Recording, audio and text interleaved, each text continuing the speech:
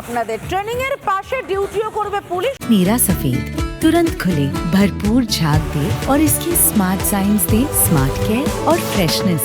मेरी चॉइस मेरा सफेद। কারণ হচ্ছে ঘাটতি রয়েছে, পুলিশের ঘাটতি মেটাতে তাই আজব নির্দেশ মমতার। পুলিশের নিয়োগ আটকে তাও স্বীকার করে নেন মুখ্যমন্ত্রী এবং সেখানেই ঘাটতি মেটাতে ট্রেনিং এর পাশাপাশি ডিউটি করবে পুলিশ। ট্রেনিং শেষ না করে কিভাবে ডিউটি? নিরাপত্তা নিয়ে এই ছেলেখেলা কেন করছেন পুলিশ মন্ত্রী?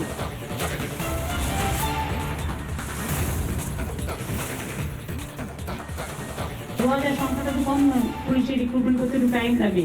তাও আমি বলেছি বেশি টাইম না নিয়ে ডাক্তাররা যেমন আমি এখন অ্যালাউ করে দিয়েছি, যারা পিজিটি করে মনে করুন বা এমএস করে এমডি করে নানা রকম আছে, তো তারা ডাব্লিউবি মানে ইন্টার্ন করবার পর তাদের আমি বলেছি তারা পড়াশোনাও করবে, আবার তারা চিকিৎসাটাও করবে, সেরকম পুলিশের ডিউটিও করবে, আবার ট্রেনিংটাও নেবে। এইটা করলে আমরা কাজগুলো ওই 3 মাস 6 মাসের ট্রেনিং দেওয়ার প্রয়োজন নেই, কারণ আমার অত ম্যান পাওয়ার নেই, ম্যান পাওয়ারটা সব জায়গায় দিতে হয়। আরো একবার জানিয়ে রাখতে চাইবো, মুখ্যমন্ত্রীর আজব যুক্তি শুনলেন। মুখ্যমন্ত্রী মমতা বন্দ্যোপাধ্যায় বলছেন যে ঘাটতি আছে, ঘাটতি রয়েছে, পুলিশের নিয়োগ আটকে রয়েছে, সে কারণে পুলিশ ট্রেনিং এর পাশাপাশি কাজও করবে, ডিউটিও করবে। পর্যাপ্ত ট্রেনিং ছাড়াই কাজ করবে পুলিশ, বলছেন পুলিশ মন্ত্রী। যদি কোনো ধরনের কোনো গন্ডগোল হয় তাহলে তার দায়িত্ব নেবেন তো পুলিশ মন্ত্রী? এর আগেও কিন্তু একবার আমরা মমতা বন্দ্যোপাধ্যায়কে শুনেছিলাম ট্রেনি নার্সের কথা, যে 15 দিনের ট্রেনিং পূর্ণ হয়ে যাবে এবং তারপর নার্সও কাজ করবে। এবার পুলিশও কি সিভিক পুলিশের মতনই ব্যবস্থা করতে চাইছেন?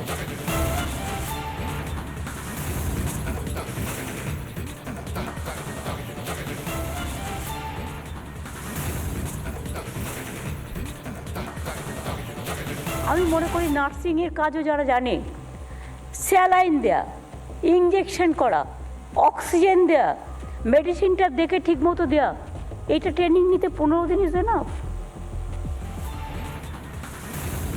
এবং সে একই পথে হেঁটে এবার ট্রেনিং রত পুলিশ ডিউটিও করবে, এমনটাই বললেন মুখ্যমন্ত্রী পুলিশ মন্ত্রী মমতা বন্দ্যোপাধ্যায়। এ কথা তীব্র সমালোচনা করেছেন বিজেপির রাজ্য সভাপতি সুকান্ত মজুমদার।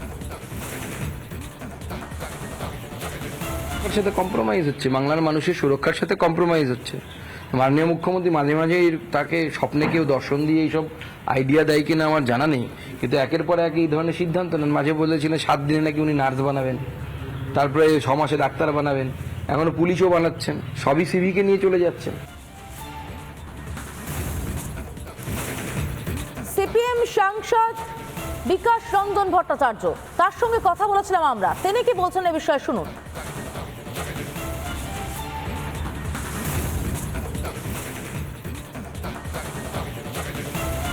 এক্ষেত্রে তো মানতে হবে চিকিৎসকদের ইন্টার্ন টাস্ক যে সেটা তাদের একটা একাডেমিক কোর্সের মধ্যে পড়ে, আর এখানে উনি পুলিশকে দিয়ে ট্রেনিং করাবেন, কাজ করাবেন, মানে পুরো পুলিশ বাহিনীটা উনি চৌর্যবৃত্তিতে লাগাবেন আর কি। পুলিশের ট্রেনিংটা একটা স্ট্রিক্ট ডিসিপ্লিন ট্রেনিং, সেই ট্রেনিং কমপ্লিট না করে তার কাজ করবার মতো প্রাথমিক যোগ্যতা সে অর্জন করতে পারে না।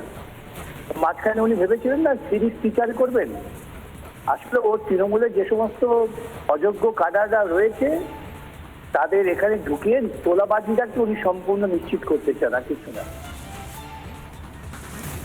কথা বলেছিলাম প্রাক্তন পুলিশ কর্তা অরিন্দম আচার্যের সঙ্গে, শুনে নেব তার প্রতিক্রিয়া। 17 তারিখে chief justice of supreme court যে নির্দেশটা দিয়েছে আপনারা বোধহয় জানেন, যে উনি বিস্মিত হয়েছেন যে সিভিক পুলিশ 7 দিন দেওয়ার পরে আজকে হসপিটালে নাকি দেওয়া হচ্ছে, উনি 45টা হসপিটালে ইমিডিয়েট মানে পুলিশকে নিয়োগ করতে বলেছে। এখন আপনি আজকে যেটা বলছেন, আমরা তো কোনোদিন এগুলো শুনিনি আগে। কারণ কি, যে সমস্ত কনস্টেবলদের ট্রেনিং দেওয়া হয় অত্যন্ত কঠিন এবং প্রতিটি স্টেপ ভোর 4:30টার সময় উঠতে হয়, এবং তার মধ্যে যে ডিউটিগুলো করে সন্ধ্যা 8টার পরে রোল কলিং শেষ হয়, তারপরে এর মধ্যে যদি ডিউটি করে সেই সময়টা ডিউটিটা কি ধরনের ডিউটি করবে আমি বুঝতে পারছি না। কারণ তারা তো পরিশ্রান্ত হবে, তাদের তো রেজুভিনেশন অফ এনার্জি বলে একটা কাজ আছে। কারণ পরের দিন ভোর 4:30টায় উঠতে হয়, প্যাড করতে হয়, ট্রেনিং করতে হয়, রাইফেল শুটিং করতে হয়, আমি জানি না। কিন্তু মাননীয় মুখ্যমন্ত্রী যখন বলেছেন এটা করতেই হবে, কিন্তু আজকে যে সমস্ত ফোর্স আজকে ডিউটিটা করবে দেখতে হবে যে তারা সত্যি কি সেবাপ্রতি মানসিকতা নেওয়ার জন্য কি এই ট্রেনিংটা নেবে? আমার কিন্তু যথেষ্ট সন্দেহ আছে, কারণ এই অবস্থা কিন্তু তারা যে build up of their career যে তৈরি করবেন সেই মানসিকতাটা মনে হচ্ছে আমাদের যেরকম ট্রেনিং আমরা করেছি সেটা কিন্তু হওয়া সম্ভব বলে আমার মনে হয় না। ট্রেনি পুলিশের ডিউটি নিয়ে তীব্র কটাক্ষ রাজ্যের বিরোধী দলনেতা শুভেন্দু অধিকারীর। এটা সম্পূর্ণ বেআইনি কাজ। এর যে নিজস্ব হ্যান্ডবুক আছে, ট্রেনিংয়ের যে রুলস আছে সেটাকে ভায়োলেশন করা হচ্ছে। ট্রেনিংদের বলবো তাদেরও ঐক্যবদ্ধ হয়ে প্রতিবাদ করার অধিকার রয়েছে, প্রতিবাদ করা এবং এটা রিফিউজ করা। আরো একবার জানিয়ে রাখতে চাইবো, মুখ্যমন্ত্রীর আজব যুক্তি, ট্রেনিং যারা করছে তারাই ডিউটি করবে ট্রেনিং এর পাশাপাশি, কারণ পুলিশের নিয়োগ আটকে ঘাটতি রয়েছে এবং সেই ঘাটতি মেটাতেই ট্রেনিং শেষ না করেই ডিউটিতে যোগ দেবেন পুলিশ কর্মীরা। নিরাপত্তা নিয়ে ছেলে খেলা করছেন পুলিশ মন্ত্রী, পর্যাপ্ত ট্রেনিং ছাড়াই কাজ করবে পুলিশ।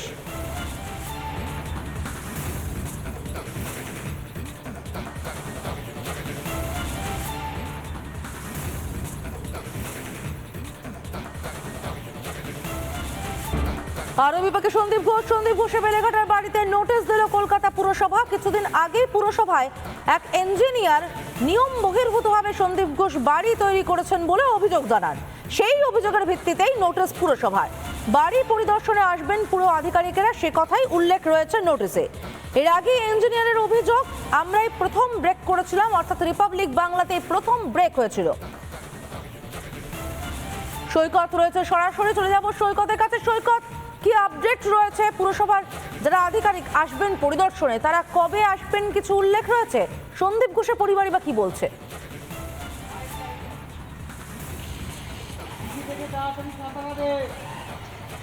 দেখো, সন্দীপ ঘোষের পরিবারের তরফ থেকে এই নোটিশ দেওয়ার পর এখনো পর্যন্ত কোনো রিয়াকশন আসেনি, কিন্তু এই নোটিশে পরিষ্কার উল্লেখ রয়েছে। আমি আরও একবার এই নোটিশটা দেখাবো। এই নোটিশটায় পরিষ্কার উল্লেখ রয়েছে দুজন ইঞ্জিনিয়ার পদমর্যাদার আধিকারিক, তাদের নাম রয়েছে এবং তারা এই 83 বদন রায় লেন, অর্থাৎ যে অ্যাড্রেসে এই বাড়িটিতে 30 তারিখে অর্থাৎ আগামী 30 তারিখে সকালে 11টা থেকে বিকাল 5টার মধ্যে পরিদর্শনে আসবেন। তারা আসবেন for the purpose of inspection of 4 storeyed building. অর্থাৎ এই যে অভিযোগ দায়ের হয়েছিল ডিজি বিল্ডিং এর কাছে, রিপাবলিক বাংলায় যে খবর আমরা দেখিয়েছিলাম, আমরা ব্রেক করেছিলাম, যে ডিজি বিল্ডিং এর কাছে অভিযোগ হয়েছে যে সন্দীপ ঘোষের এই বাড়িটি অবৈধভাবে তৈরি হয়েছে, এমনটা অভিযোগ জমা পড়েছিল। সেই অভিযোগের বেসিসেই কিন্তু কলকাতা পৌরসভার তরফ থেকে আজকে নোটিশ দেওয়া হয়েছে এবং আগামী 30 তারিখ এই কলকাতা পৌরসভার ইঞ্জিনিয়ার পদমর্যাদার দুজন আধিকারিক তারা এই বাড়িটি ইন্সপেকশন করতে আসবেন। অর্থাৎ পৌরসভার যে অভিযোগ দায়ের হয়েছিল যে পৌরসভার বাড়ি তৈরির যে নিয়ম, সেই বাড়ি তৈরির নিয়ম বহির্ভূতভাবে এই বাড়িটি তৈরি করা হয়েছে। অর্থাৎ বাড়ি তৈরির সময় কলকাতা পৌরসভার নিয়মকে কার্যত বুড়ো আঙুল দেখিয়ে এই বাড়িটি তৈরি করেছেন সন্দীপ ঘোষ, এমনটা অভিযোগ দায়ের হয়েছিল ডিজি বিল্ডিংয়ের কাছে। সেই অভিযোগের বেসিসেই আজকের পৌরসভার তরফ থেকে এক্সিকিউটিভ ইঞ্জিনিয়ার টিম তারা আসে এবং এই সন্দীপ ঘোষের বাড়ির দেওয়ালে তারা নোটিশ দিয়ে যায়। আগামী 30 তারিখে কলকাতা পৌরসভার ইঞ্জিনিয়ার পদমর্যাদার আধিকারিক, একজন অ্যাসিস্ট্যান্ট ইঞ্জিনিয়ার এবং একজন সাব অ্যাসিস্ট্যান্ট ইঞ্জিনিয়ার তারা আসবেন। তারা এই বাড়িটিতে ইন্সপেকশন করবেন, তারা খতিয়ে দেখবেন। অর্থাৎ যে অভিযোগ দায়ের হয়েছে সেই অভিযোগের সারবত্তা কতটা তারা খতিয়ে দেখবেন এবং খতিয়ে দেখার পরে তারা একটি রিপোর্ট দেবেন ডিজি বিল্ডিংয়ের কাছে। অর্থাৎ সন্দীপ ঘোষের নাম ইতিমধ্যেই আরজি করে খুন ধর্ষণ মামলায় তিনি গ্রেপ্তার হয়েছেন, আরজি করে দুর্নীতি মামলায় তিনি গ্রেপ্তার হয়েছেন, নাম জড়িয়েছে। এবার সন্দীপ ঘোষের বেলেঘাটার এই বাড়িটি, সেই বাড়িটির বৈধতা অবৈধতা নিয়েও প্রশ্নচিহ্ন উঠে গেল। এই বাড়িটি কি সত্যিই তাহলে অবৈধ নির্মাণ? এই বাড়িটি পুরোটাই কি অবৈধ নির্মাণ, না কিছুটা অবৈধ নির্মাণ? স্বাভাবিকভাবে প্রশ্ন উঠছে, কারণ ডিজি বিল্ডিংয়ের কাছে যে অভিযোগ দায়ের হয়েছিল সেই অভিযোগ দায়ের হয়েছিল তার ভিত্তিতেই কিন্তু কলকাতা পৌরসভার তরফ থেকে আজকে নোটিশ দেওয়া হয়েছে। আগামী 30 তারিখে দুজন ইঞ্জিনিয়ার পদমর্যাদা মর্যাদার আধিকারিক তারা এই বাড়িটি পরিদর্শনে আসবেন সকাল 11টা থেকে বিকেল 5টার মধ্যে। বেশ, আমাদের নজর থাকবে সৈকত, কিন্তু আমরা প্রথমেই দেখে নেব ঠিক কি কি অভিযোগটা উঠেছে। অভিযোগ উঠেছে পুরসভায় নিয়ম না মেনে বাড়ি তৈরি করা হয়েছে। পুরসভায় নিয়ম না মেনে বাড়ি তৈরি করা হয়েছে, পার্কিং বেআইনিভাবে তৈরি, পার্কিংও বেআইনিভাবে তৈরি, অর্থাৎ বেলেঘাটার যে বাড়ি সেটা পুরসভার নিয়ম না মেনেই তৈরি, পার্কিংও বেআইনিভাবে তৈরি হয়েছে, নির্ধারিত মূল্য কম দেখিয়ে করে কারচুপি, অর্থাৎ বাড়িটার যে মার্কেট ভ্যালুয়েশন আমরা সাধারণত বলে থাকি, বাজার মূল্য যা সেটা কম দেখানো হয়, যাতে কর কম দিতে হয়। পুরসভাকে পদক্ষেপ করতে অনুরোধ করেন ইঞ্জিনিয়ার অংশুমান সরকার। তিনি এর আগেই অভিযোগ জানিয়েছিলেন, রিপাবলিক বাংলা ব্রেক করেছিল। তার কি অভিযোগ ছিল শুনুন একবার।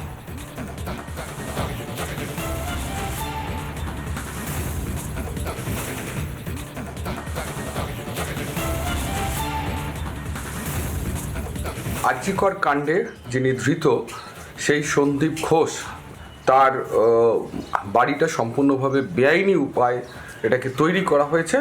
এবং কিসের ভিত্তিতে এই মেলটা করা হয়েছে সেটা আপনাদের জানাই যে G+3 এই বিল্ডিংয়ের ক্ষেত্রে কলকাতা কর্পোরেশনের পুরো আইন, যেটা 2009-এর বিল্ডিং রুলসে এটা তৈরি হয়েছে, 2015 সালেতে স্যাংশন নিয়েছে, তাতে গ্রাউন্ড ফ্লোরেতে কার পার্কিং এরিয়াটাকে তিনি কভার আপ করেছেন, যেটা সম্পূর্ণ অবৈধ।